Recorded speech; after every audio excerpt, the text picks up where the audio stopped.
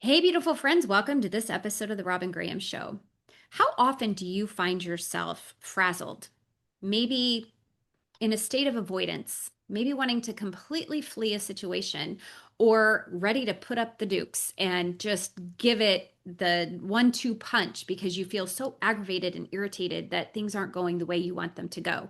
Whether you are in corporate leadership, whether you're an entrepreneur, whether you're leading your family at home, we all have times when we're overreacting, we're defensive, or we lose control. And that is because our nervous system is dysregulated. And that's what we're going to talk about today.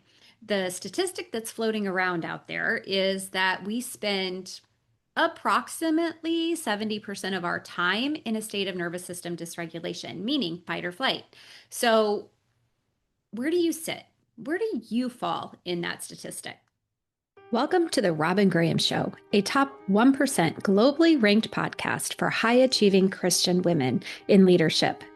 Through solo episodes and guest interviews, we share strategies to help you break through anxiety driven behaviors like control, perfectionism, people pleasing, overreacting, and avoidance so you can be a calm, confident, and consistent leader at work, at home, and in the communities you serve. I'm Robin Graham, your host, and an anxiety breakthrough strategist, author, and keynote speaker. As a high achiever myself and mom to three, I've experienced life with anxiety and emotional chaos, and that is why I am passionate about this mission to help other women be calm, confident, and consistent in all their leadership roles, including parenting. Past episodes include a depth of content on business growth strategies, faith, and mindset. Now you'll experience more topics related to parenting, overall well-being, relationships, faith, mindset, and more. I and my guests will share our personal experiences and practical strategies to help you live a calm, confident, and consistent life with your family and in your leadership roles. Subscribe for new content every week, and be sure and visit therobingraham.com/resources to download free resources to help you develop healthy habits for a healthy mind. Now for the good stuff. Grab your cup of coffee, the car keys, or the dog's leash, and let's dive in. Without further ado, Eugene Choi, welcome to the Robin Graham Show. Thanks so much for having me. It's such a pleasure to be here. Yeah, so listeners, a little backstory here. We're both pharmacists by degree, and we had this nice little conversation about what it was like to go from the world of pharmacy and clinical to where we are today, both in the nervous system regulation space, both talking about nervous system dysregulation and helping people in leadership, whether it's building businesses or navigate those anxiety driven behaviors to be able to lead with calm confidence and consistency. So, Eugene, tell the listeners a little bit about you and your backstory and how you got to where you are today. Yeah, so I made multiple transitions. I left behind my career as a pharmacist after 3 years of working there. I just didn't view myself doing it long term, honestly, right? It's not that I hated it or anything like that, but it's just I didn't see it. So then I had a creative side of me that got me into filmmaking. I ended up with a group called Jubilee Project, now known as Jubilee Media, making short films. And that taught me a lot about marketing without realizing I'm learning about marketing. We were creating pieces that generated millions of views on it. And long story short, that I was living the starving artist lifestyle still at the point. So I had to go back to pharmacy, eventually got promoted, and then I was in a place of leadership, six major hospitals, 250 plus clinics out in LA County. And my goodness, the drama, the politics, the bureaucracy, the stress that you deal with as a management in the management level got me really curious about like what does it actually take to be a good leader? So then that led me down this rabbit hole of discovering neuroscience. And I'm like, oh my God, it's all here. If you just understand a little bit more about how our brains work, it makes such a big difference. And I started testing it, sharing it, speaking about it, coaching clients around it, seeing all these really amazing results, both at a professional and at a personal level, honestly, too. And I've been doing it ever since. I've been sharing about it. I guess my forte has been because of my filmmaking experience. It's the skill set of how do you take something that's a little bit more complex and sophisticated and simplify it in a way that's easy for people to digest and more importantly, easy for people to actually implement and experience for themselves the benefits of learning that. Yeah. So tell me, what is one of the biggest things you observed or behaviors you observed to come to the conclusion that so many people live in fight or flight in their daily lives, and especially when we're talking about being in a leadership role? Yeah, the biggest aha for me, one of the first biggest, because there's many, but one of the first biggest ahas for me was, wait, it really is this simple, meaning you're either in fight or flight or you're not. Your Mm-hmm. brain literally has just those two modes. I call it a survival state or an executive state, right? Survival Mm-hmm. state is that Mm-hmm. reactive fight, flight, freeze response where your brain's not thinking, your brain can't think, right? Because if Mm-hmm. you're in a life-threatening situation and you start thinking, you might be already dead. And I was just like, wait, is it really that simple? And it actually is. It's like a switch. You're either Mm-hmm. in one or the other. Most Mm-hmm. people don't realize, though, that we're in that survival for most of our lives. And that's why we're not accessing these higher functions of our brain. Mm-hmm. That was the big Yeah. aha for me. Yeah, yeah.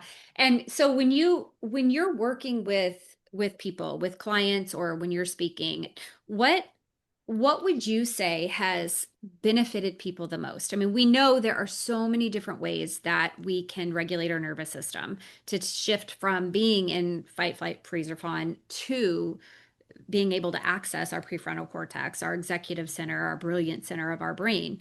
And yet, even though we know all of these things, we tend to react versus respond because Hmm. we're so quick to jump to a Yeah, conclusion. And most of the time, 80% of the time, we're going to make an assumption that it's going to be negative. So we immediately go into that part of our brain, and not to get too scientifically, but it is the limbic system, the right. amygdala versus our prefrontal cortex. So what what have you seen? Because our nervous systems, your nervous system, my nervous system are as unique as our fingerprints. So what have you seen that has really helped people transition? So the first thing that I always have people do as an exercise is just practicing awareness. So one of the ways I like to explain it is if imagine you have a piece of broccoli stuck between your teeth. How do you have that power to remove it unless it comes into your awareness, whether you see it in the mirror or someone points it out to you? So the big aha moments I see people have when I talk about this, this is what I do it on, why I do it on stage all the time too, is because I know people are going to have an aha moment if they've never heard this kind of stuff before, Mm-hmm. is what does your survival state look like in daily life? Because if we're in it a majority of our adult life, and the point of this mode is to keep you alive, it means for a majority of our adult life, your brain actually thinks you're going to die. Like that's what it actually is doing when you're in a state of survival in the fight, flight, freeze. But that's the only time it's meant for. It's for life-threatening situations. But why are we in it for a majority of our adult lives then if we're not running away from saber-toothed tigers every day?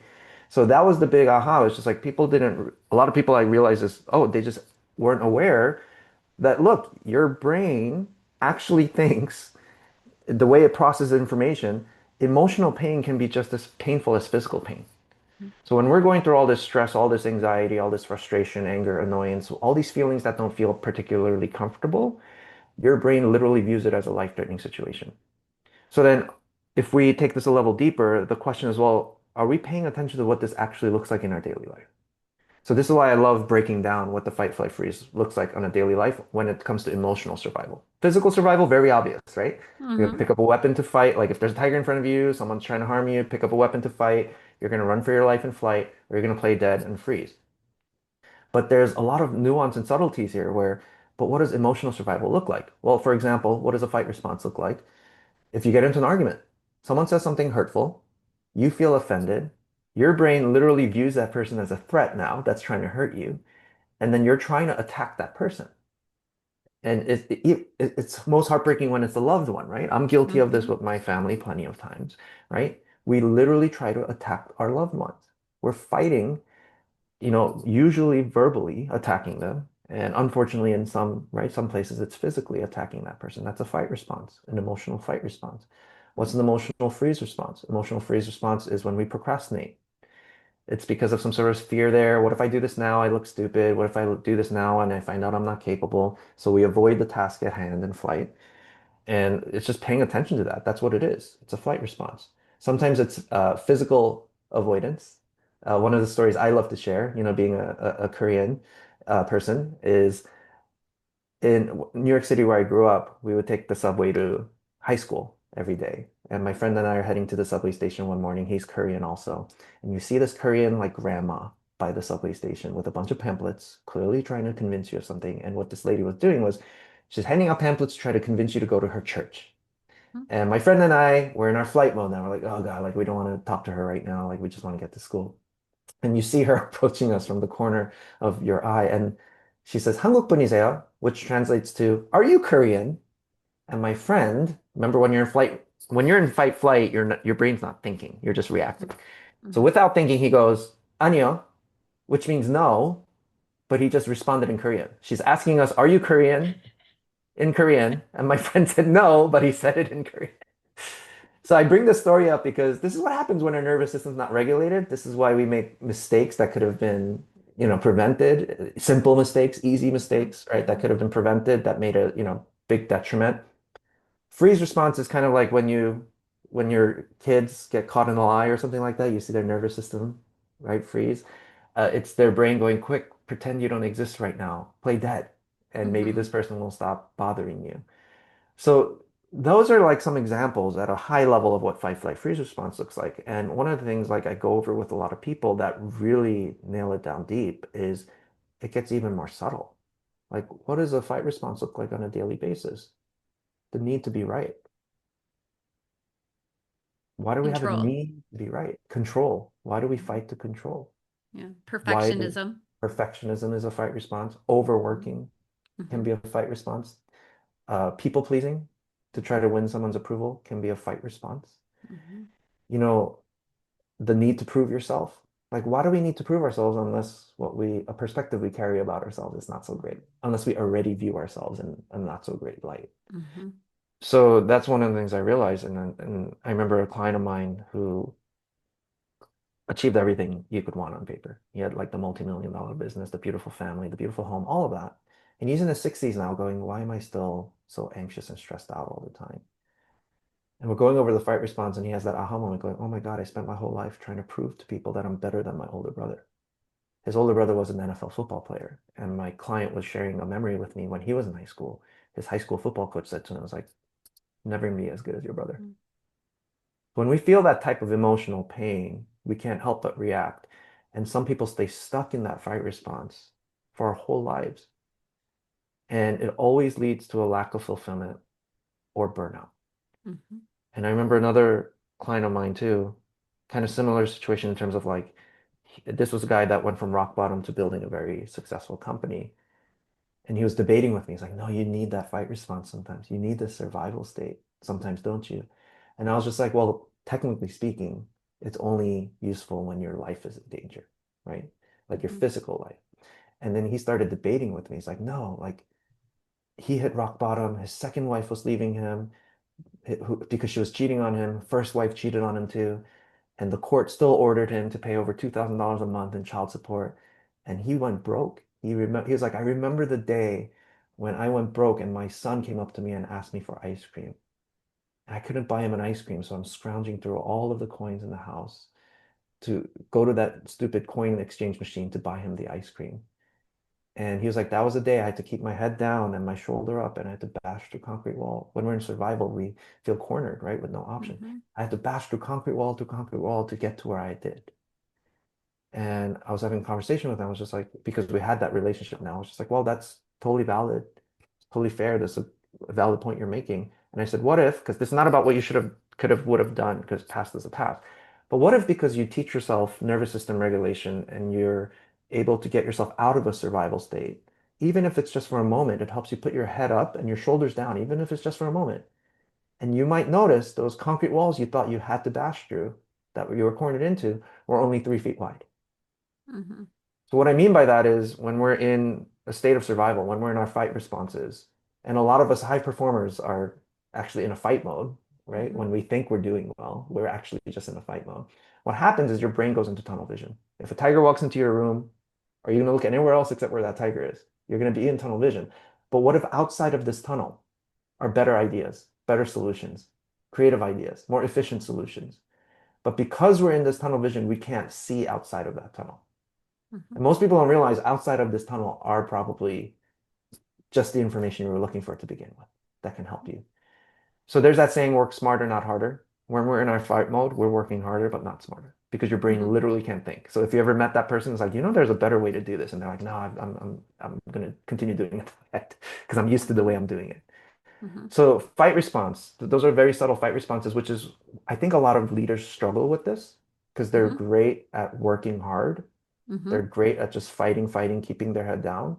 But it's preventing them from being able to innovate and adapt, right? A lot of people, if you look at these companies that have died out, Kodak, Blockbuster, BlackBerry, there's a good chance there's a tunnel vision thing happening. Because when you're in stress, your brain tries to keep things the same, don't they? That's the whole I- point. It's automatic, It's right? automatic. Our brain automatically goes to what it knows and what's easiest. Correct. And it's Conserve biological. energy. Conserve It's energy, biological. keep things the same. But in a world that's always changing every single second, our bodies are changing every single second. This is Hmm. just an illusion we create for ourselves when we're scared. We think Yeah. things are the same when they're not. So people try to literally spend all their energy trying to keep things the same, and it doesn't end up working out for you while Yeah. everything else is changing. So anyway, this is an important thing that a lot of us leaders, we need to be aware of our tunnel vision. Hmm. Because if we don't, it's going to bite you in the butt at some point. And Yeah. flight response, subtle flight response, it's when we do things like numbing ourselves. There's no judgment around any of this. And I like to just keep things simple. Like that's why I don't really separate fawn, right? But like I kind of view it as like a flight response in a sense. Hmm. But with the flight response, it's when we numb ourselves. It's a feeling that we're feeling every day we don't like, so we intentionally distract ourselves or try to numb ourselves so that we don't feel the feeling anymore. Some people, and there's no judgment around it, which by the way, judging someone's character, guess what? Ta-da, that's a fight response. It's I Hmm. carry insecurity about myself. So I will talk down about someone in an effort to feel better about myself. That's what's really happening in the brain, right? Hmm. Hmm. So without judgment, it's just awareness. We all have our own choices of how we like to numb ourselves. Some people eat a tub of ice cream, overindulge in food, alcohol, sex, drugs. Some people to the point of addiction, unfortunately. But Hmm. that's a flight response. Hmm. And unless we're aware of it, how do we change it? Because this is what we're doing on a daily basis, right? Freeze response can happen when we're um, traumatized, unfortunately. You hear Hmm. tragic news, you get put on the spot about something, your brain just kind of freezes up. You know what a big aha moment I had was? Robin was I was like, wait, I don't think there's such a thing as laziness. You know what I've realized? People who might be labeled as lazy, guaranteed if you examine their brain, there's probably some sort of chronic freeze response going on. They don't want to make decisions, they don't want to take action, they don't want to do anything, they just want to freeze. Hmm. So if as leaders we can be aware of what this actually looks like on a daily basis, it can open up our minds and get ourselves out of survival. We get into our executive brain where our empathy comes from. You're not empathetic when you're in survival. No. Tiger's in front of you about to eat. You're not sitting there going, I wonder how this tiger's doing. Like, have you been doing okay socially? Are your parents treating you right? We don't do that kind of stuff when we're scared. And that broke my heart because you know what? That was a big aha for me too. It's just like, holy crap, that means I've been transactional with my family too then. Mhm. If I'm in stress all the time, I'm using my family. I'm not connecting with them. The people Yeah. that I love and spend time with every day. So if as leaders we cannot be aware of these things, how can you ever expect to grow the company? How can you ever expect to improve the culture? Hmm. And that was just, yeah, like this is a thing I shout from the rooftops now. It's Yeah. still, it's we can go down the rabbit hole, but it's still breaking the surface. But this was game changing for me when I realized if people can just be aware of this, oh my God, the things that you Hmm. will become capable of because you just brought power back to yourself to make a decision, Yeah. right? Yeah. You look at Yeah. yourself enough times going, I do procrastinate about these things. I've been doing it for the past 2 years and I see it now because I have this insecurity about blank. Hmm. At some point, you go, I'm fed up. I want to change this because you're aware of it. Yeah. That in And itself is powerful. so many things you said are bringing up so many things for me, and it's funny. It all starts with awareness because we cannot change without being aware that there's something that is holding us back, that these behaviors we've adopted to keep ourselves safe or to help us achieve are actually ultimately holding us back. And I think the and you said it, these things can be good, right? That your client said, no, no, no, no, this is good. Wanting to pursue all of this is a good thing. Well, yeah, perfectionism, control, people pleasing, all of those things can be great and they can get us to success. And they can be great until they're not and Yeah. burnout sets in. And I think once we hit burnout, it's almost too late because we have to go back so far to heal. And Yeah. and the other thing you said too is even, looking at your client who had the brother that was the football player and the football coach put him down and he held on to that all those years and he felt like he needed to prove himself.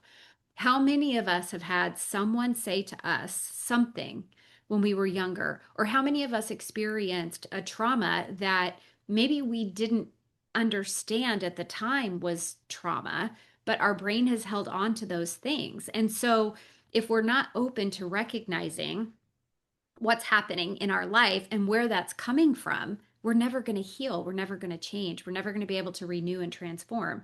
And I Yeah. think so, of course, I mean, we both do such similar work and I believe it and I am so passionate about it because I've seen way too many people sitting in a place of just really beating themselves up because Yeah. their nervous system doesn't understand that now they're safe. It's still holding on to the past and all of those negative things and not moving forward.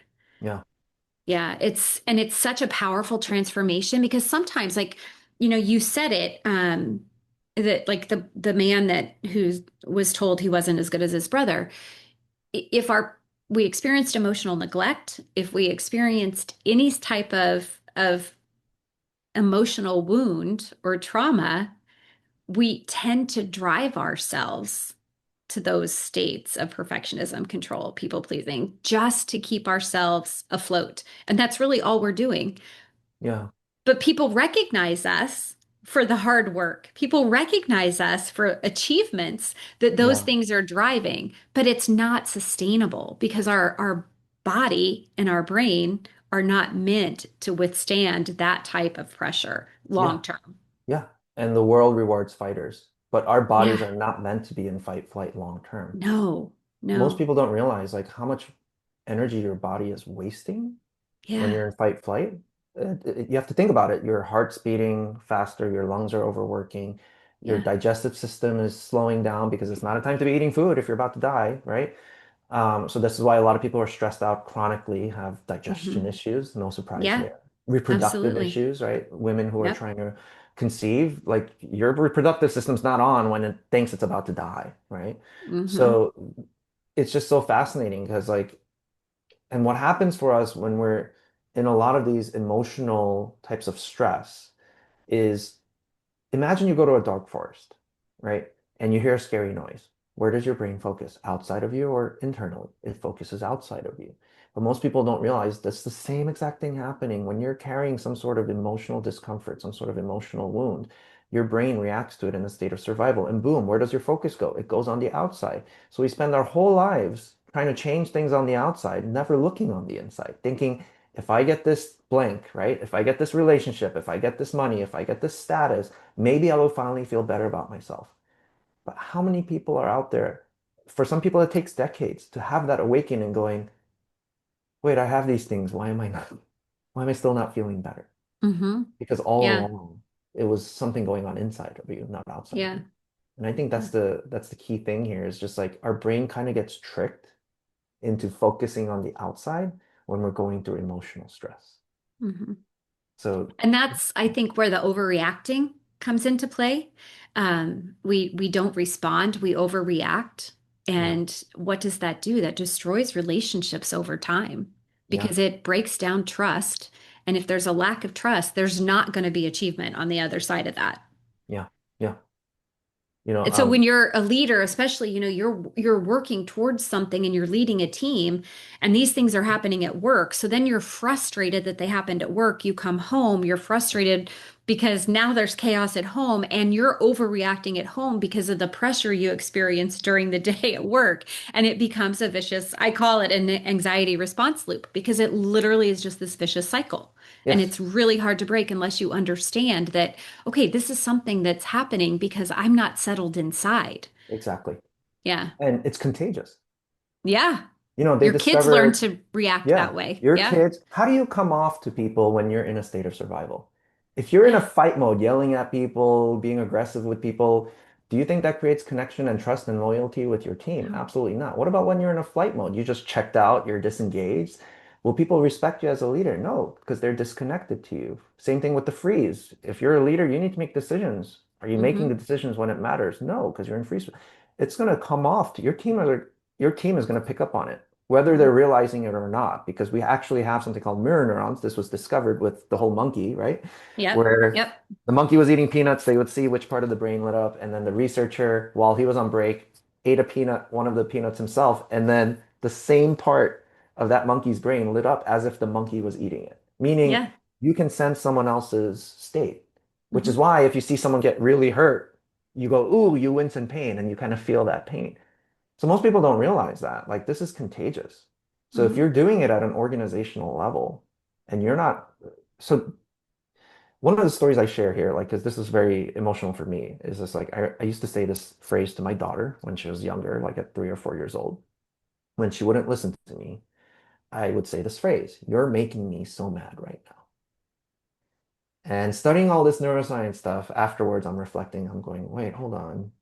How might a little girl interpret my words?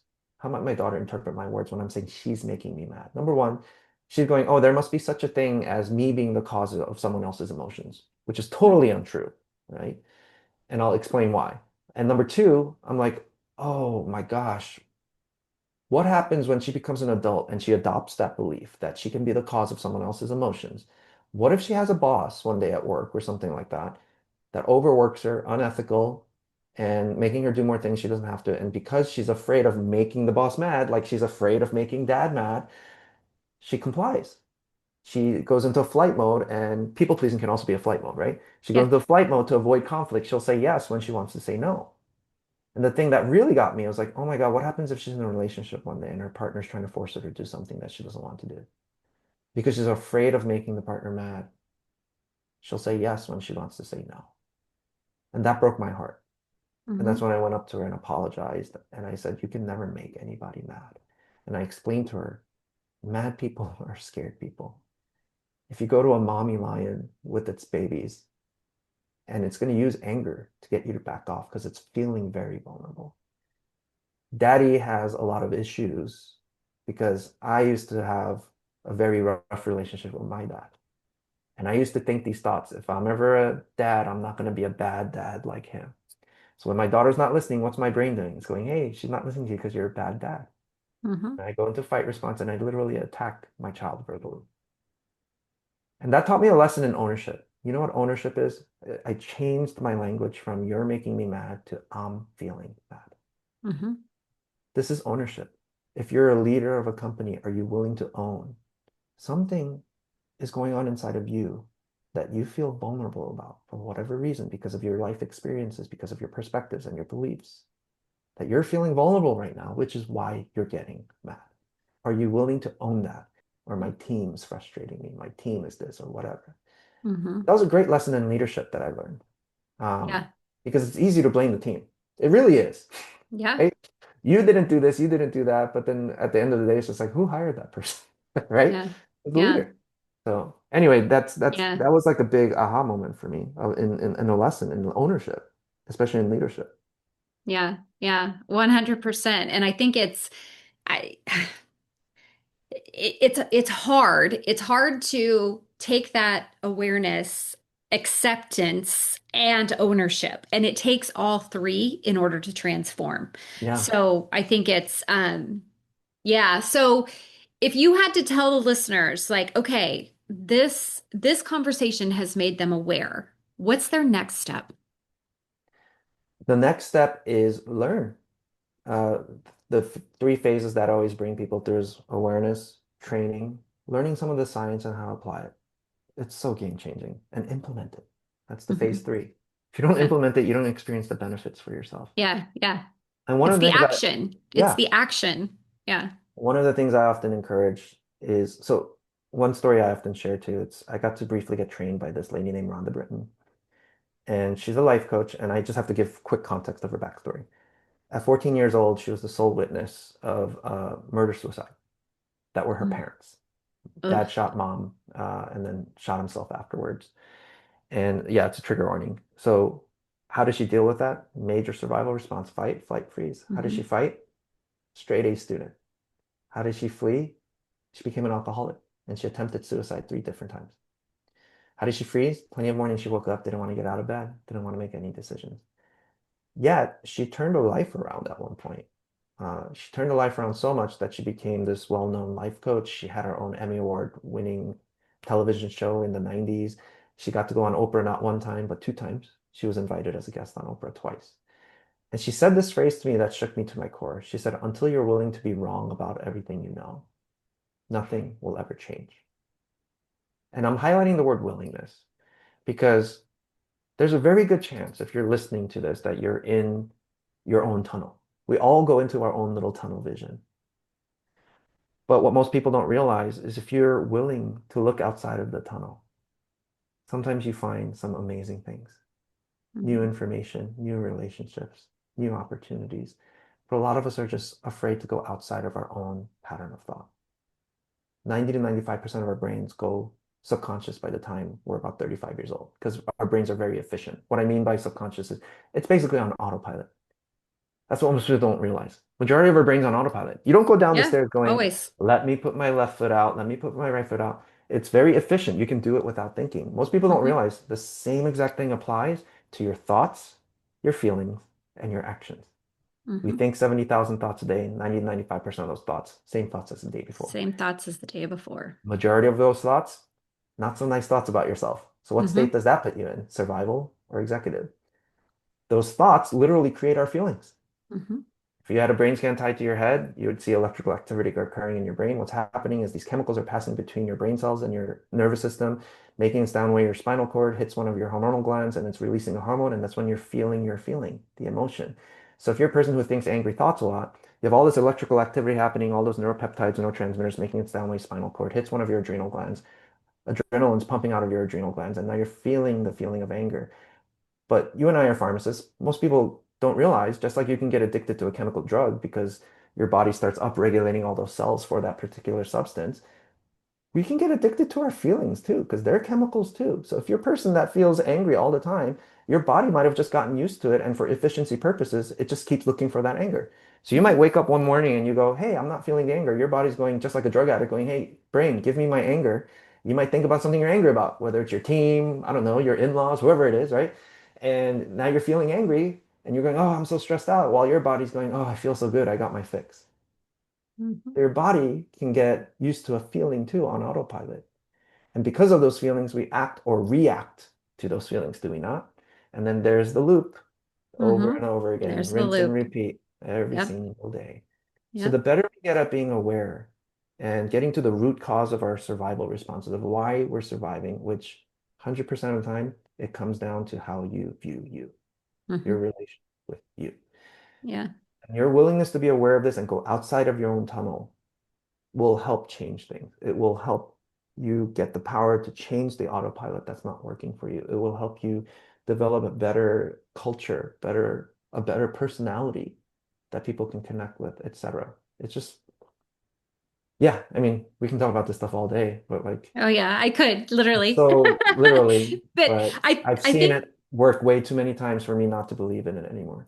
yeah, exactly. Me too. And for myself and for my clients as well. Like it's just it's so incredibly powerful once you have the awareness and understanding. And I want to emphasize too that anybody listening to this, don't take this as you should go beat yourself up because you've been living in this state. This is a biological response to either a physical or emotional or even biological event that you have had to respond to keep yourself safe. So don't think that there's something wrong with you. This is a biological issue, not a personality flaw. But now that you have the awareness, the key is to take the action because it's not that any of these things will define you, but your actions will. And they will also produce your outcomes. So if you want a healthy relationship, if you want a successful team, you have to take this level of awareness now and act on it. Otherwise, you'll be stuck. And yes, this starts in your mind and then it influences the brain, but your body is immensely impacted. And that's where you start to have the health problems as well. So I'm going to, first of all, thank you, Eugene, for being here and just really kind of backing me up in all the things I say all the time, which is Yeah. super fun.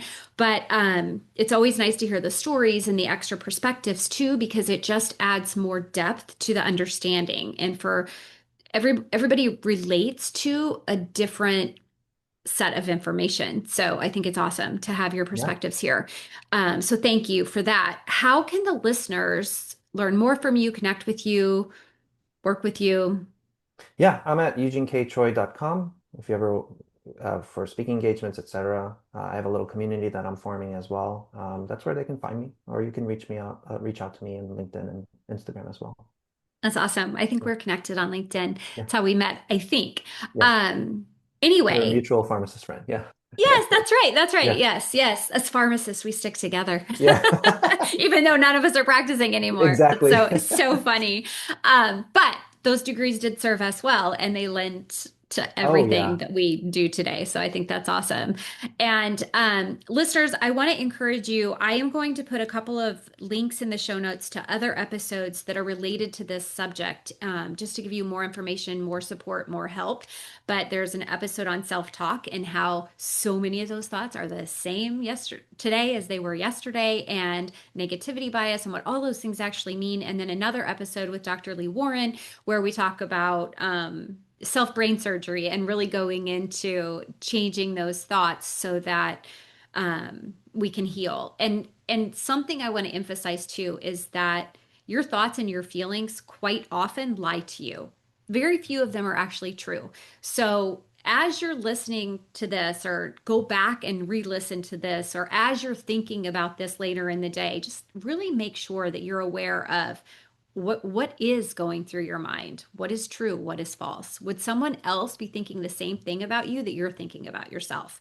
And if not, then change those thoughts, because that is your first action that you can take to become more confident and to be more consistent in your leadership and everything you do, and really have those foundational relationships built on trust. All right, friends, thank you for being here, and I will see you all next time. And that's a wrap, friend. A heartfelt thank you for being here. I know there are many other ways you could spend your time, so I truly appreciate you joining me. If you enjoyed this episode and found the information helpful, will you please take a moment to subscribe and leave a rating and review? Ratings and reviews are how we grow and get amazing guests, and how more people find the show. A kind review would mean the world to me. Oh, and don't forget to share the episode with someone you know it could help. And let's connect. You can find me on Instagram, Pinterest, and LinkedIn as The Robin Graham. And be sure and visit the website, therobingraham.com/resources, for a plethora of resources to help you navigate life with anxiety and to maximize your potential. Until next time, remember to smile.